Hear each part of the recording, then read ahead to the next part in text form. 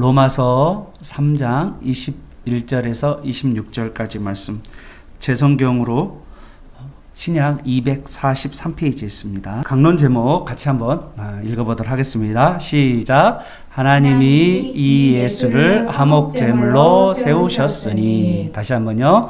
하나님이 이 예수를 화목제물로 세우셨으니 라는 말씀으로 잠깐 나누기를 원합니다. 우리가 착하게 살거나 바르게 살면 하나님께서 많이 인정해 주신다고 생각을 합니다. 그래서 믿는 사람이든 안 믿는 사람이든 간에 착하게 살고 또 바르게 살고 그런 것이 우리 인생의 최대의 목표인 분도 있어요. 그래서 이제 뭐 술 취하거나 뭐 돈을 떼어서 먹고 살거나 사기쳐서 노름하거나 또 불륜을 저지르거나 이런 비윤리적인 생활을 하면서 살면 하나님께서 굉장히 나쁘게 보시고, 반대로 남에게 손가락질 당하지 않고 착하게 살고 교회에서 나름대로 봉사하고 그러면 하나님께서 굉장히 좀 좋게 보시는, 그렇게 우리가 생각을 합니다. 그래서 우리도 나중에 교회에서 봉사를 많이 하는 분들은요, 교회 봉사하는 사람이나 또 연약한 사람들 보면 괜히 이렇게 내려서 보는 경우가 많아요. 왜냐하면 나가 어느 정도 하나님이 나를 괜찮게 볼 거라고 이렇게 생각을 많이 생각하기 때문이죠. 그런데 여러분요, 이거는요, 엄밀히 따지면 둘 다 틀린 생각이에요. 잘못된 생각입니다. 수요일 날 우리가 이제 로마서 1장 18절에서 32절까지 우리가 좀 나눴었잖아요. 특히 이방인의 제목 중에 21가지 제목이 있었습니다. 여러분 29절부터 32절까지 다시 한번 읽어볼까요? 우리 빠르게 한번 읽어보도록 하겠습니다. 시작. 곧 모든 불의, 추악, 탐욕, 악의가 가득한 자요, 시기, 살인, 분쟁, 사기, 악독이 가득한 자요, 수군수군하는 자요, 비방하는 자요, 하나님께서 미워하시는 자요, 능욕하는 자요, 교만한 자요, 자랑하는 자요, 악을 도모하는 자요, 부모를 거역하는 자요, 우매한 자요, 배약하는 자요, 무정한 자요, 무자비한 자라. 그들이 이 같은 일을 행하는 자는 사형에 해당한다고 하나님께서 정하심을 알고도 자기들만 행할 뿐 아니라 또한 그런 일을 행하는 자들을 옳다 하느니라. 아멘. 여기서 이방인의 제목 21가지가 나오잖아요. 그 중에서 우리가 한 가지 예를 한번 들어봅시다. 부모를 거역한 자. 여러분, 부모를 거역한 자가 그 당시 로마 시대에 로마 사람들이든 오늘날 사람이든 간에 부모를 거역할까요, 안 할까요? 하겠죠. 그러면 오늘 성경의 32절에 뭐라고 이야기하냐면 사형. 이게 하나님이 정하신 거예요. 부모를 거역하면 하나님이 사형. 여러분 좀 안 무거운가 봐요? 어떤 사람이 이래서 하나님 뭐 그걸로 사형 말이 됩니까? 뭐 부모 거역한 것 가지고. 이게 1장 18절에서는 하나님의 진노라고 그랬거든요. 하나님의 진노, 하나님의 심판, 사형. 이게 하나님이 말씀하신 법입니다. 별로 놀라지도 않으시나 봐요, 여러분요. 그러면서 이런 분도 있어요. 하나님, 어떤 분들은 꼭 하나님이 이렇게 이런 일을 가지고 진노하시고 째째하게 그렇게 말씀하시는데, 저는 하나님이 그런 사람이 꼭 진노하시기를 바랍니다. 맞아요. 하나님 정하신 거예요. 한 가지만 드려도 우리는요, 애나 지금이나 사형에 합당한 자다라고 분명히 이야기하죠. 자, 그렇다면 누가 하나님 앞에서 설 수 있는 자가 누가 있겠어요? 어떤 사람이 설 수 있겠어요? 아무도 설 수 있는 자가 없죠. 그럼 하나님께서 우리를 괜찮게 볼 수 있는 유일한 방법은 뭘까라는 이제 고민이 이제 드는 거죠. 그게 오늘 21절이에요. 21절. 21절을 읽을 때 여러분 이걸 가볍게 3장 21절을 읽으면 절대 안 되는 이유는요, 이 3장 21절 앞에 언어에는 원어 성경에는 그러나가 들어있어요. 그래도 앞에다 쓰세요. 그러나라고 쓰세요. 어떤 분들은 쓰는 분도 있을 거예요. 왜 써졌지? 그런 분들은요, 설교 한번 들으셨기 때문에. 그러나, 그러나가 붙어서 이걸 어떻게 해야 되냐면, 그러나 이제는 이게 뭐냐면 아주 큰 소리로 선포하는 거야. 이건 어떠냐면 감격의 목소리인 거죠. 한번 해볼까요? 감격의 목소리. 그러나 이제는 율법에 하나님의 한의가 나타났으니 율법과 선지자들에게 증거를 받은 것이라. 아멘. 북조선 같네요. 네, 불가마트입니다. 우리 이렇게 해야 돼요. 이렇게 읽어야 됩니다. 이거는 감격이고, 이거는 완전한 해방을 선언하는 거죠. 그러나 이제는 살았다. 이제는 살 길이 열렸다. 이거는요, 한 시대를 바꾼 소리이고요. 또한 한 개인의 삶을 전환하는 구절이고요. 그리고 모든 논리를 전환하는 로마서 1장 18절에서 33장 20절까지 이 앞절까지의 모든 내용에 대한 대전환 그리고 소망의 전환. 이게 바로 로마서 3장 21절입니다.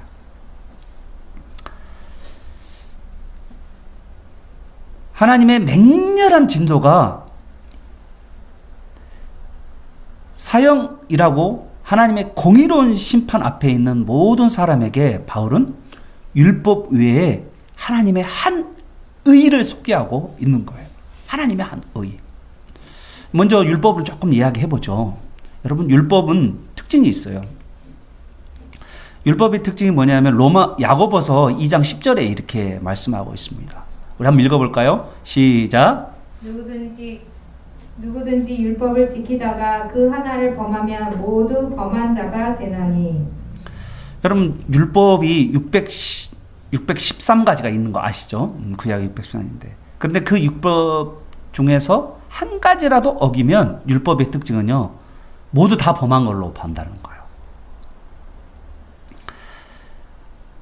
여기 싱싱한 계란, 오늘 이제 부활절 계란 여러분 다 준비됐는데 너무 계란이 좋더라고요. 여러분 한번 먹어보세요. 저도 먹어봤어요. 너무 맛있는데 그리고 주위 사람들에게 벌써부터 부활절 계란을 나누기 시작했습니다. 저희 아는 분들 조금 나눠드렸는데, 여러분 혹시 또 부활절 계란을 더 나누고 싶으신 분들이 있으면, 주위 또 나누고 싶으신 분이 있으면, 여러분 먹을 것도 준비됐어요. 한 판에 부활절 계란이 30개가 딱 들어있잖아요. 그런데 만약에 거기에 암을 유발하는 이 썩은 계란, 아주 강력한 계란, 꼬린내가 나는 계란 하나가 여러분 있다고 해요. 근데 여러분, 싱싱한 29개의 알이과 아주 암을 유발하는 독성이 강한 계란 하나를 그거 하나잖아요. 딱 하나. 네. 근데 그거를 요리해서 만약에 여러분이 먹는다고 생각해 봐요. 같이 요리해 가지고 기쁘게 먹을 사람이 있을까요, 없을까요? 네, 한 사람도 없을 거예요. 사람들은 그 삶에 자기 자신이요, 물론 몇 가지 선한 것들이 있긴 있어요. 있지만 그러나 부패한 생각과 부패한 행위가 분명히 사람 안에는 있기 때문에 온전하신 하나님, 거룩하신 하나님은 절대로 기쁘게 우리를 받을 수가 없다라는 거예요. 그래서 실제로 이제 유대인들도 어떠냐면, 특히 유대인 중에서 바리새인과 서기는 잘 알잖아요. 율법 선생들이 613가지 율법을 정말 그대로 한번 지켜보기 위해서 구체적으로 율법의 실천 방법들을 그들이 고안해냈잖아요. 그게 뭡니까? 장로의 유전이라고 그잖아요. 장로 유전. 그리고 장로의 전통. 그래서 지금도 유대인들은 안식일 날은 뭐죠? 일을 않기 위해서 엘리베이터를 버튼을 안 누른다잖아요. 그래서 안식일 엘리베이터가 따로 있어요. 안식일 날은 매 층마다 다 서는 거예요. 예. 그리고 안식일 되면 여기 전등에 불을 켜면 안 돼요. 이게 바리새인과 서기관들이 만든 장로의 전통, 장로의 유전이라고 하는 거예요. 이거를 세워놓고 율법을 철저하게 지키려고 해요. 그러면서 지키지 않으면 뭐죠? 도끼 눈을 뜨고, 그리고 지키지 않으면 예수님 앞에 막 돌 던지려고 하는 그런 사람들처럼, 그리고 사람들 앞에서도 돌 던지려고 하는 그런 모습이죠. 그러나 지킬 수 있어요, 없어요? 못 지켜요. 율법을 다 지킬 수가 없었어요. 그래서 유대인들은요, 율법 앞에만 서면요, 침묵할 수밖에 없었습니다. 예, 김수희의 노래 있죠? 율법 앞에만 서면 왜 작아지는지. 율법 앞에서 다 침묵할 수밖에 없는 거예요. 이방인들은 양심 앞에서 다 침묵할 수밖에 없고, 유대인들은 율법 앞에서 다 아무 말 할 수 없는. 그러나 이제 이 율법과 상관없이 하나님의 한 의가 나타났다라고 이야기합니다. 이 하나님의 의는요, 어디서 먼저 이야기했냐면 로마서 1장 17절에서 나와요. 거기서도 하나님의 의가 나와요. 하나님의 의. 그런데 이 하나님의 의를 3장 21절에서 다시 등장시킵니다. 바울은 큰 소리로, 여러분, 하나님의 의로 말미암아서 사망과 그리고 사형에서 이른 우리가 살 길이 열렸어요. 살 길이 열렸어요. 절망과 사망과 죄 아래 갇혀있는 우리가 살 길이 열렸다고요. 하나님의 진노에서부터 살 길이 열렸어요. 하나님의 공의로운 심판 앞에서 살 길이 열렸어요. 라고 지금 바울이 큰 소리로 지금 외치고 있는 것입니다. 그런데 이 하나님의 의는요, 18절 하반절에 가보면 율법과 선지자에 의해 증언을 받았다라고 해요.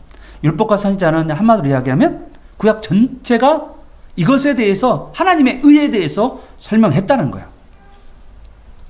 이미 하나님의 의에 대해서 구약 성경에 다 나타나 있는 거지, 바울이 로마서를 쓰면서 독창적으로 하나님의 의를 말한 것이 아니다라고 지금 말하고 있는 것입니다. 바울은요, 여러분, 우리가 익숙하는 용어 있잖아요. 구원이라는 단어 있잖아요. 우리는 구원받았다 그런 말을 많이 하죠. 그죠? 구원받았다 그런 이야기를 하잖아요. 그런데 우리에게 익숙하지 않는 하나님의 의를 더 많이 로마서에서 말하고 있어요. 이 하나님의 의, 또는 또 여기 로마서에 보면 하나님이 의롭다함을 받았다, 하나님께 의롭다함을 받았다, 이런 용어들이 로마서에 계속해서 하나님의 의와 의롭다함을 받았다라는 이 단어를, 이 구원과 같은 단어인데 이 단어를 계속해서 로마서에서 쓰고 있다는 거예요. 좀 궁금하더라고요. 왜 구원이란 말을 우리는 많이 쓰는데 그 용어를 쓰지 않고 바울은 로마서에서는 하나님의 의 또한 의롭다 하심을 받았느니라 라고 이렇게 계속해서 그 용어를 쓰고 있냐라는 거죠. 여러분, 하나님의 의를 계속해서 바울이 강조하는 이유는요, 하나님께서 그 언약을 성실하게 지킴으로 자기 백성을 구원하겠다라는 의미에서의 하나님의 의예요. 하나님이 하시겠다는 거예요. 우리가 하는 게 아니죠. 우리는 우리의 의라고 그러잖아요. 우리의 공로, 우리의 노력이라고 말하는데, 우리가 의롭게 되고 또 구원을 얻는 것은 하나님의 의라라고 이야기하는 거예요. 하나님이 하신다는 거예요. 하나님이 하신다. 하나님이 하신다는 것을 계속해서 강조하기 위해서 하나님의 의라는 단어를 계속 강조하고 있는 것입니다. 여러분, 바울처럼요, 자기 의로 율법을 행하여서 하나님의 의에 도달하고 최선을 다하여 노력하며 산 사람이 바로 바울이잖아요. 그런데 바울도 실패했다는 거예요.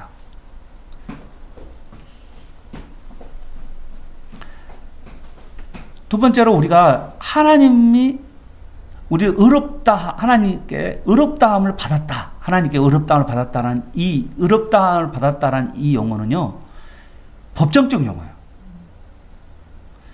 이제 로마 사회에서 가장 중요한 게 생각하는 게 우리 이제 저 법학을 공부하는 로마법 있거든요. 로마법. 그리고 그것에서 발전돼서 게르만법 이렇게 이야기하거든요.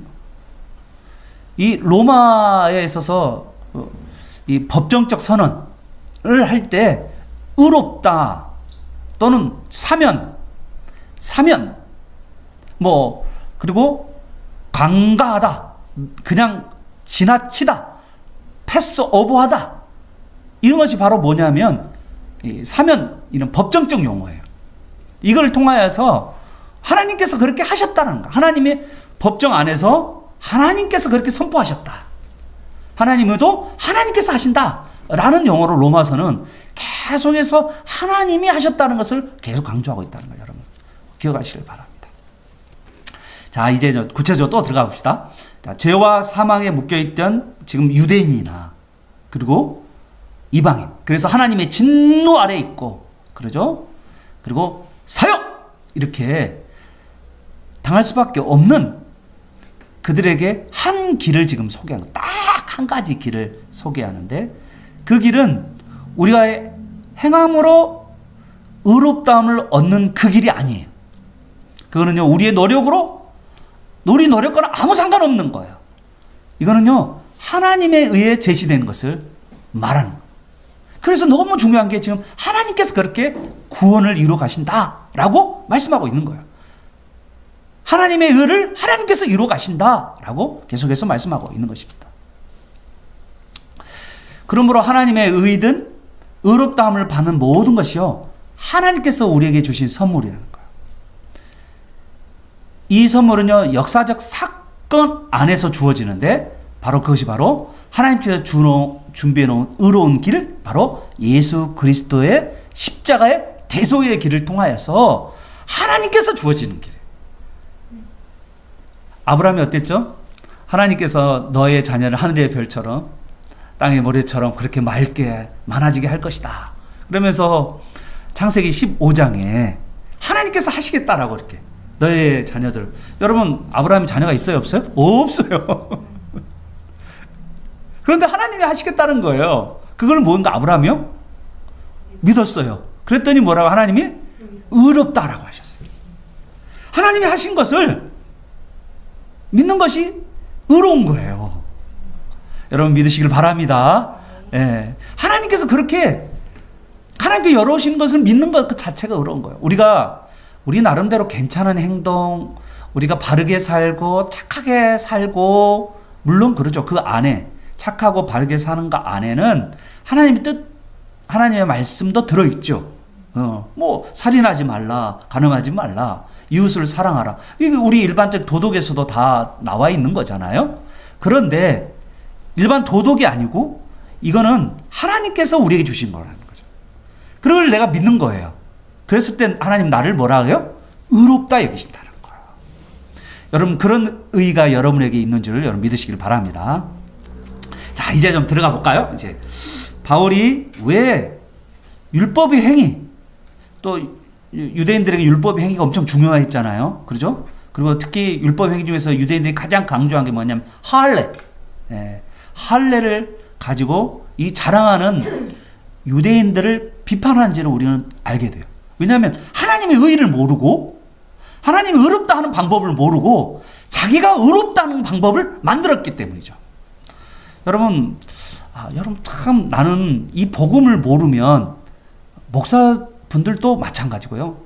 성도들도 마찬가지예요. 이 복음을 모르면 정말 오해를 해요. 그래서요, 그리스도인 중에서 조금 난도도 좀 봉사도 더 많이 하고 더 열심히 신앙생활을 하게 되면 은연 중에 이 자랑이 됩니다. 이건 절대 바울이 유대인들이 하는 그 율법의 행위 그거를 바울이 비난했잖아요. 비판했잖아요. 그것처럼 우리가 뭔가 조금 한 것을 자랑거리로 여기는 우리의 신앙의 모습이 있어요. 저도 최근에 어떤 뭐 하나를 누가 날려주는 거를 봤거든요. 목사님인데 이렇게 조금 교회에서 열심히 활동한 사람을 쫙 올려주고 조금 안 하는 사람들은 완전히 깔아뭉친다는 그런 말을 하더라고요. 근데 그거는요, 복음을 모르는 사람이 하는 말이에요. 우리는요, 내가 하나님 앞에 하는 모든 것이 하나님 은혜죠. 은혜로 되어지는 것이니까 다른 사람을 정죄할 수가 없는 거예요. 다른 사람 비난할 수 없는 거죠. 하나님이 나를 통해서 일하게 하신 거잖아요. 그건 하나님의 은혜잖아요. 하나님이 힘 주시고, 하나님이 지혜 주시고, 말씀 주시고, 용기 주셔서 감당하는 일이잖아요. 우리가 자랑할 것이 없다라는 거예요. 우리는 하나님 은혜로 하셨습니다. 하나님이 하셨습니다. 라고만 할 뿐이죠. 그런데 교회에서 조금 뭔가를 한다고 다른 사람을 비웃거나 낮잡아보는 것은 너무나도 복음, 이 하나님이 하셨다는 것을 역행하는 아주 비복음적인 행동이라는 걸 여러분 꼭 명심하시길 바랍니다. 이런 거 안에 이렇게 갇혀져 있는 사람들, 이게 자기가 뭔가 했다라는 것을 자랑하고 그 자랑거리가 되어서 거기에 갇혀 있는 사람들은요, 하나님께서 예수 그리스도를 통하여 이루시는 구원의 길을 받아들이지 않아요. 유대인들이 하나님께서 하나님의 의로 주신 예수 그리스도의 구원의 길을 유대인이 받아줬어요? 안 받아줬어요? 안 받았어요. 왜냐하면 자기 의의를 강조하기 때문이죠. 율법의 의의를 강조하고 있어요. 그러면 절대로 하나님이 우리에게 제시한 의의를 받지를 못하는 거예요. 그들은 구원을 이룰 수가 없는 것입니다. 따라서 22절 하반절을 잠깐 보십시오. 22절 하반절에 보면 유대인이든 이방이든 지식이든 무식이든 사람이든 부자든 가난한 사람이 누구나 차별 없는 의다. 모두가 다 죄인이니까. 자기가 하는 모든 의롭다 하는 행위, 도덕군자들이 말하는 의롭다 하는 모든 행위, 그것은 하나님의 의가 아니에요.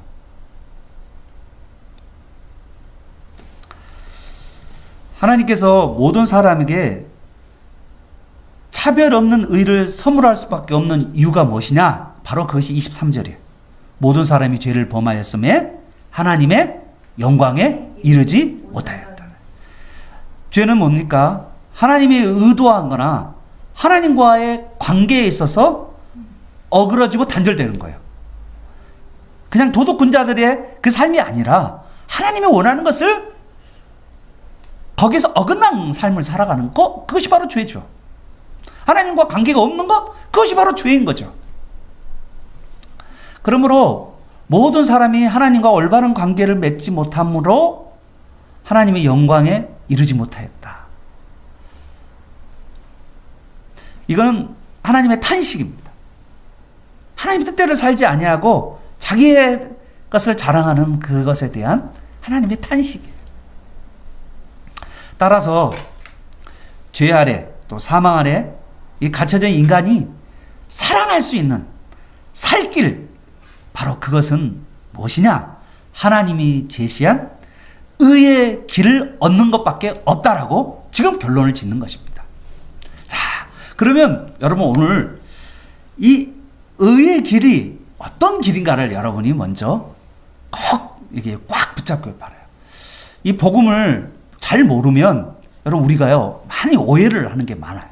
하나님의 뜻을 오해할 때가 많아요. 그래서 은연중에 자기 자랑이 일어나게 된다라는 거예요. 왜냐하면 하나님께서 이미 구원의 길을 나를 통해서 이루어난 게 아니라 나의 의와 나의 공로로 해서 일어나는 게 아니라 하나님께서 제시한 그 길을 우리가 믿는 거잖아요. 받아들이는 거잖아요. 그것이 구원의 길이라는 것을 우리가 알기 때문에 우리의 자랑이 없다는 거예요.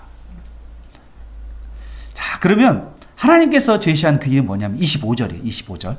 우리 25절을 한 절 우리 큰 목소리로 한번 읽어보도록 하겠습니다. 시작. 이 예수를 하나님이 그의 피로써 믿음으로 말미암는 화목제물로 세우셨으니 이는 하나님께서 길이 참으시는 중에 전에 지은 죄를 간과하심으로 자기의 의로우심을 나타내려 하심이니. 아멘. 네.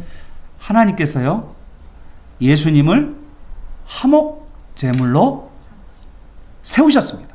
화목제물로 세우셨어요. 자, 그러면 문제 궁금한 게 갑자기 화목제물이라는 이 단어가 궁금해지네요. 그죠? 자, 화목제물이라는 말은 하나님의 맹렬한, 우리 1장에 나와 있다 하나님의 맹렬한 진노가 있었잖아요. 그거를 진정시키고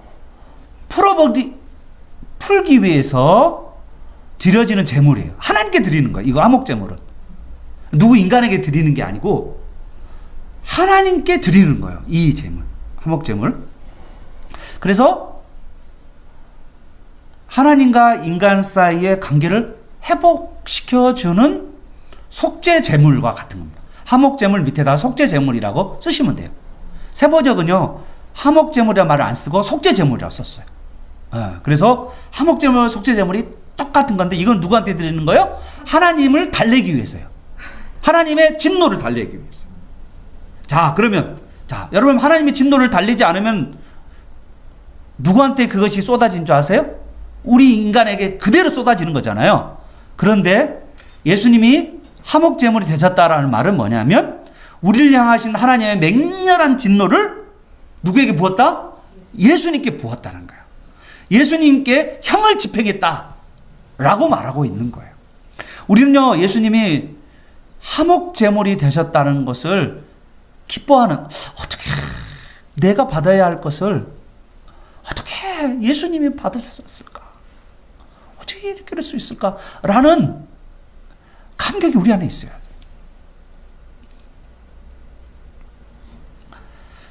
근데 여기서 우리가 오해하는 게 하나가 있어요. 여러분, 하나님의 이제 이런 거잖아요. 이제 집안에 아빠가 화를 팍 내면, 자식에게 화를 내면 어떻게 되죠? 자식이 잘못했잖아요. 화를 팍 내면 그때 가로막는 분이 누구죠? 엄마가 짜잔 딱 막으면서 아니 됩니다 막 그러면서 이렇게, 이런 것처럼 하나님께서는 화를 막 내고 예수님은 뭐 하신 거예요? 그 화를 딱 막아주는 그런 것으로 생각을 하잖아요. 그런데 여러분요, 이게 오해예요. 성경을 자세히 한번 봐보세요. 누가 주어예요? 주어가 누굽니까? 25절의 주어가 누구죠? 하나님이에요. 하나님. 피해를 본 사람, 하나님이 피해를 보는 분이잖아요. 우리 죄로 인간의 죄로 말미암아서 고통당하신 분이 하나님이에요. 언약을 어긴 인간에 대해 피해를 보는 분은 하나님이에요. 그런데 하나님이 또한 뭐를 마련하냐면 구원의 길을 하나님이 마련했어요. 그래서 예수님을 화목제물로 세우신 거예요. 누가 구원의 길을 열었다고요? 피해를 보는 분도 하나님, 구원의 길을 여시는 것도 하나님. 하나님이 다 하셨다는 거예요.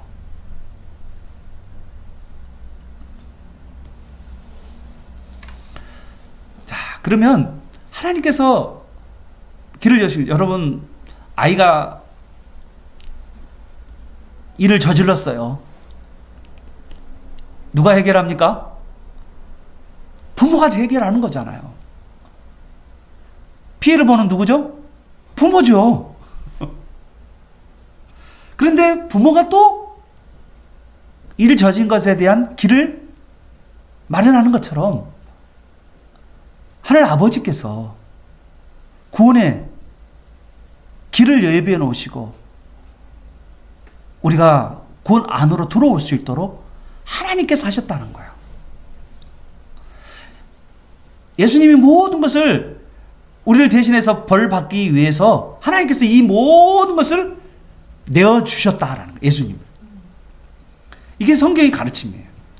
어떻게 하나님께서 그렇게 하실 수 있을까요? 우리가 뭔데? 옆 사람 보세요. 옆 사람 보십시오. 예. 우리가 그럴 만한 가치가 있습니까? 아니, 우리가 그럴 만한 가치가 있냐고요. 우리가 뭐길래?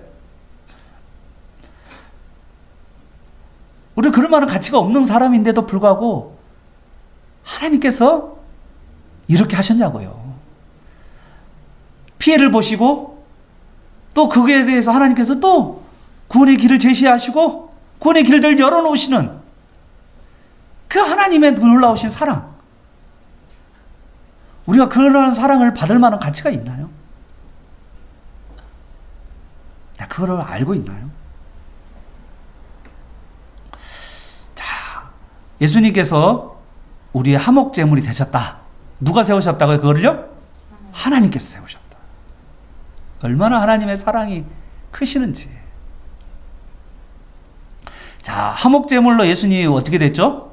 죽게 돼요. 그죠? 죽게 되는데 어떤 죽음인가에 대해서 우리는 예수님이 죽으셨다는 것을 알게 되는데 어떤 죽음인가에 대해서 24절이에요. 우리 24절 우리 같이 한번 24절 한번 읽어볼까요? 시작. 그리스도 예수 안에 있는 속량으로 말미암아 하나님의 은혜로 값없이 의롭다 하심을 얻은 자 되었느니라. 아멘. 자, 예수님의 죽음이 어떤 죽음이냐면 대속적 죽음이에요. 그래서 그걸 어떻게 할 수 있냐? 속량이란 단어를 통해서 알 수가 있어요. 누구 안에서요? 그리스도 안에서의 속량. 이 속량이라는 말은요, 몸값, 이 속전, 돈을 지불하고 해방시킨 걸 속량이라고 해요. 그 돈이 뭐냐? 25절에 그의 피예요. 그의 피, 핏값으로. 예수님의 핏값으로 우리의 몸값을 지불한 거죠. 우리의 죄를 지은 사람은 뭐죠? 사망이잖아요. 생명이잖아요. 예수님의 핏값으로 우리의 몸을 사셨어요. 그리고 우리를 죄로부터 해방시켜 준 걸 뭐라고 하냐면 속량이라고 합니다. 그래서 이거를 뭐라고 하냐면 대속적 죽음이다라고 이야기해요. 형벌을 받아야 할 것을, 우리가 형벌을 받아야 될 것을 예수님께서 형벌을 받고 그리고 대신 죽는 형벌적 대속적 죽음. 이게 바로 예수님의 죽음이에요. 우리가 그걸 믿는 겁니다. 그런데 이것이 어떻게 이루어지냐? 우리가 한 게 있냐? 우리가 한 게 없다라고 해서 값없이 24절 우리가 한 것이 없죠? 하나님의 은혜로 그렇게 이루어졌다라고 이야기합니다. 그 결과 우리가 의롭게 하심을 얻었다라고 이야기하고 있는 거죠. 24절에 의롭다 하심을 얻는 자가 되었다라고 말합니다. 하나님께서요, 불경건한 자,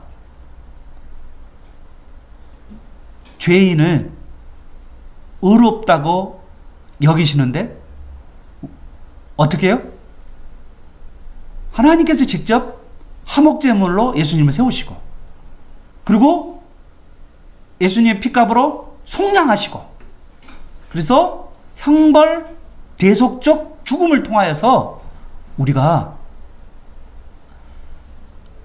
원래는 죄인인데 그거를 믿는 자들에게 의롭다 하심을, 예수님이 하신 일을, 하나님이 하신 일을 내가 믿으면 그것 자체로 의롭다고 여기시는 거죠. 아멘. 할렐루야. 하나님께서 그렇게 간주하신. 그러면 우리가 죄가 있어요, 없어요? 우리 안에요. 우리 안에 죄가 있어요. 여전히 죄는 있어요, 없어요? 있어요. 있는데 하나님이 하신 것을 믿는 것을 의롭다고 여기신다는 거예요. 간주하시는 거예요. 사면해 주시는 거예요. 여겨주시는 거예요. 패스오버 해주는 거예요. 참 하나님께서 이 길을 열어놓으신, 놀랍지 않아요? 이건? 어떻게 우리가 이런 하나님의 사랑을 받을 수가 있을까? 어떻게 이 예수님의 놀라운,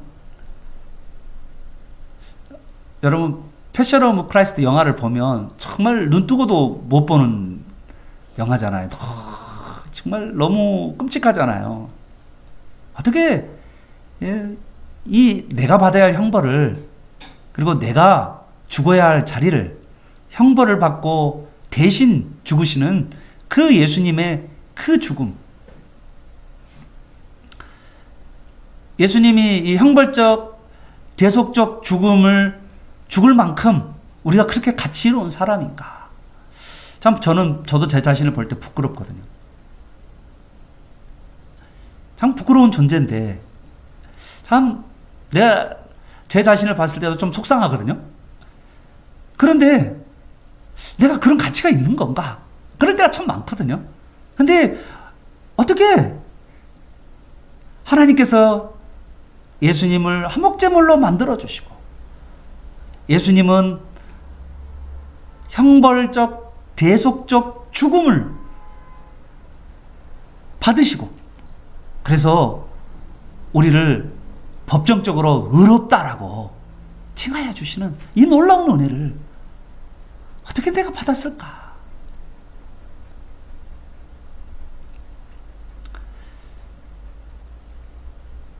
왜 하나님께서 이렇게 하셨을까? 예수님은 왜 이렇게 하셨을까? 오늘 예수님 십자가의 의미를 여러분 정말 아십니까? 정말 예수님의 화목적 제물이 되는 걸 정말 여러분 믿나요? 예수님의 형벌 대속적 죽음을 정말 여러분 믿습니까? 예수님의 그 피값, 피, 예, 알죠? 피. 그 피를 믿습니까? 이 모든 것을요, 하나님께서 주도적으로, 주권적으로 우리 죄인을 위해서, 나를 위해서 제공했던 것을 여러분 믿나요? 우리가 믿는 믿음, 그 믿음이에요. 그냥 믿어요. 그게 아니라요. 우리가 믿는 믿음이 이렇게 구체적입니다. 여러분, 우리가 믿는다라고 할 때 되게 대충 믿는 경우 많아요. 저는 예수님을 믿습니다라고, 그 예수님을 믿는다라고 할 때 그 예수를 믿는다는 게 뭘 의미하죠? 하나님께서 예수님을 화목제물로 세우신 것을 우리가 믿는 거예요. 예수님께서 예수님의 피를 지불하시고 우리를 사신 거예요. 그래서 우리를 해방시켜준 속량을 우리가 믿는 거예요. 예수님의 형벌 대속적 죽음을 우리가 믿는 거예요. 그냥 믿는 게 아니라 이런 구체적인 믿음을 가지고 있는 것입니다. 죄는요, 사람들이 능동적으로 지는 거잖아요. 그러나 하나님께서 대속물을 세우셨어. 예수님을 세우셨어. 예수님께 우리의 죄값을 뒤집어 씌우고 예수님을 믿는 사람들을 의롭다라고 이렇게 칭하여 주시는 그런 놀라운 믿음, 그 믿음을 믿고 있냐는 거죠. 여러분, 그런데 이 과정 가운데, 이 모든 과정 가운데 25절이 정말 저한테는 좀 들어왔어요. 하나님의 오래 참음이 있었다고 말하고 있어요.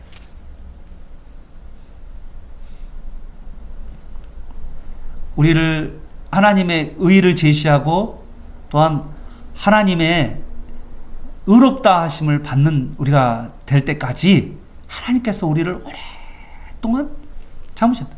예, 여러분, 사람이 되려가는 가운데 부모는 자식을 오랫동안 참아야 돼요. 하나님은 그렇게 참으셨어요.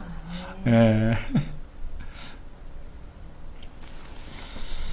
자, 이런 모든 하나님이 하신 모든, 그리고 하나님이 하는 것을 값없이 또 의례로 하신 이 모든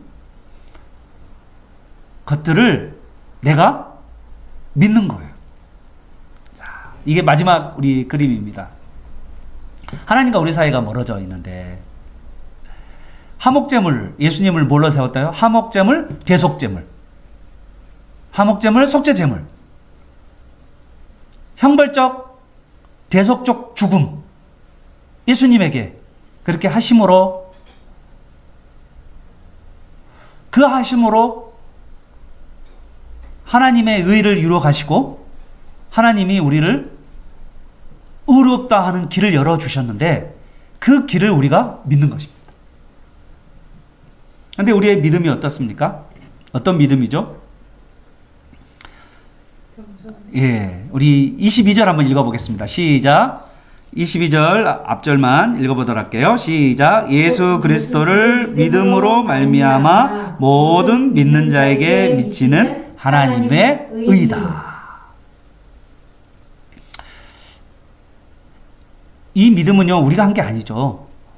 이 믿음도 하나님이 주신 거지만 하나님께서 다 하셨어요. 그리고 하신 것을 내가 믿는 거예요. 아브라함이